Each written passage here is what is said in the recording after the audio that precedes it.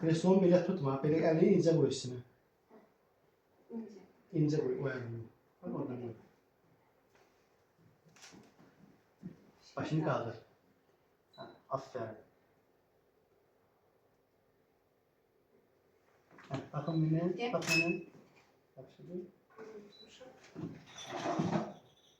Renkte. Bak. Ayşe bak beni. Dişlerden gir. Fotoaparata bak. Fotoaparata. Burada bana bak. Ayşe. Elini bir de koy. Bana bak. Fotoaparata bak. Kaşı. Bir yana gel yanımda dur bacanı buradan. Gel oradan.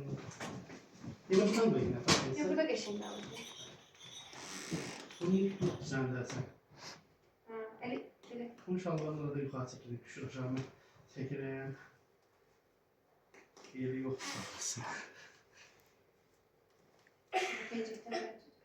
Pencerenin var. Ayakı da böyle koy. Biraz kot koy.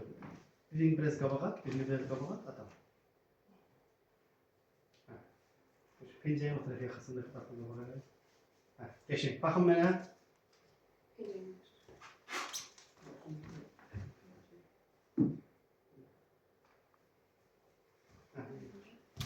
Bakın bana.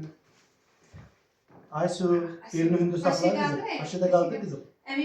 Geçek Gül, fotoğrafa bak geçek. Bana bak, ben buradayım. Bak bana bak. Fotoğraf. Aysu başını kaldır, diğerini de kaldır. Girin. Kaşı kaldırma. Kaşları aşağıya. Ayşe. Var böyle.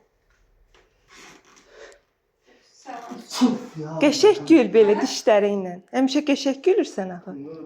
Bir ayaksı da böyle şaritini seviyen yoksa.